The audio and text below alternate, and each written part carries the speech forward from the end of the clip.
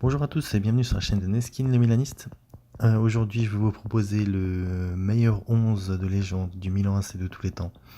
On commence tout de suite, les amis. Donc, au poste de gardien de but, on va retrouver Gigio Donnarumma, 19 ans, titulaire depuis l'âge de 16 ans au Milan AC. Je pense que j'ai hésité pas très longtemps avec Dida, mais Dida a fait vraiment 2-3 années très très bonnes au Milan AC, mais après a été vraiment totalement inconstant. Mais là, avec Donnarumma, je pense qu'on est tranquille pour 20 ans. Et pour le poste de latéral droit, je pense qu'il y avait énormément de choix possibles. Milan AC, c'est un énorme club avec énormément de joueurs qui sont passés par là. Mais Cafu, elle reste la sûreté, elle reste la mobilette sur le côté droit. Ses montées me faisaient rêver quand j'étais plus jeune. C'était vraiment un arrière droit exceptionnel, totalement exceptionnel, que ce soit sa qualité de centre, dans sa faculté à garder son aile, que ce soit offensivement ou défensivement, il était partout, c'était totalement incroyable ce joueur. Au poste de latéral gauche, on retrouve la bandière, le capitano, pour moi ça restera le capitano, monsieur Paolo Maldini, que je ne présente plus, hein, c'est vraiment la légende. Qu'est-ce que vous voulez que je vous dise sur Maldini? C'est le meilleur, le best, il n'y a pas mieux. Personne peut tester. Et on arrive chez les défenseurs centraux. Le premier, je ne le présente plus non plus. Bon, on va quand même un peu le présenter. C'est Franco Baresi, le capitaine mythique du Milan AC, de l'équipe des années 89-90.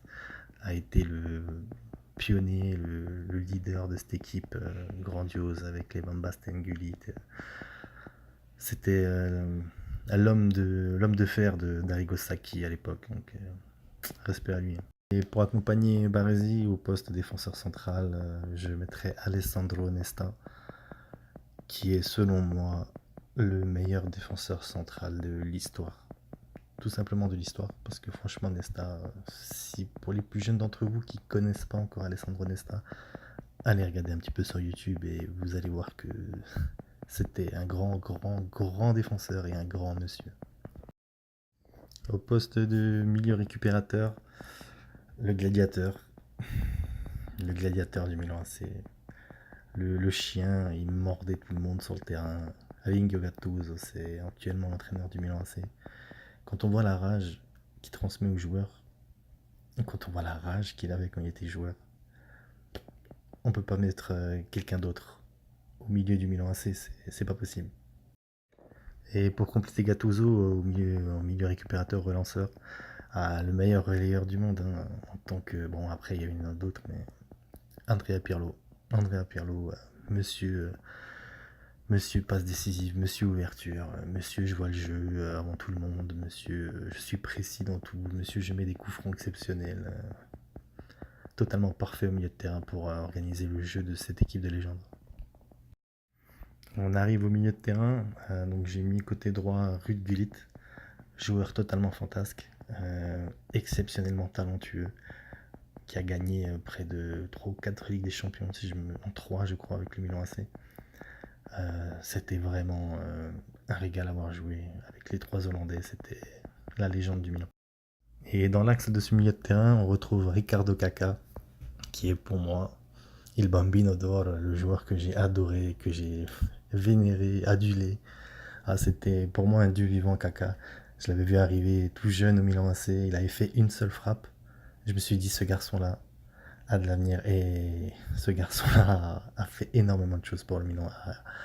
Quand on voyait ses accélérations de balle à Caca, c'était un régal, les buts qu'il a mis, le joueur humble que c'était, gentil, aimable. Il avait tout en dehors du terrain et sur le terrain, c'était un grand bonhomme. Et sur le côté gauche, je mettrais Frank Rijkaard, qui a été au milieu de terrain un pilier, je ne peux pas dire le pilier du milieu de terrain milanais, à l'époque des 89, 90, 94, 95, sur les 3 avec des champions qu'ils avaient gagné le Milan AC. Lui, Gullit Rijkaard, c'était un régal à avoir joué. Ils se voyaient les yeux fermés, les deux garçons. Et franchement, respect à lui. Et ensuite, l'attaquant, bon, j'aurais pu en mettre 10, 15, mais je vais mettre l'attaquant mythique du Milan AC, Marco Van Basten, les amis. C'est la référence, selon moi, avec Ronaldo le phénoménal, le meilleur attaquant pur de l'histoire du foot. C'était un attaquant de pivot, c'était un attaquant qui jouait en profondeur. Il savait marquer de la tête, du pied gauche, du pied droit, des volées, des retournées, des talonnades, des frappes croisées, des pichenettes. Il savait tout faire, des enroulés. T'avais Van Basten dans ton équipe, t'avais déjà gagné la Ligue des Champions à l'époque. Donc voilà les gars, pour le 11 type de légende du Milan AC, c'est fini. J'espère que ça vous aura plu. N'hésitez pas à me mettre en commentaire votre 11 type que vous avez établi pour l'équipe du 11 de légende du Milan AC.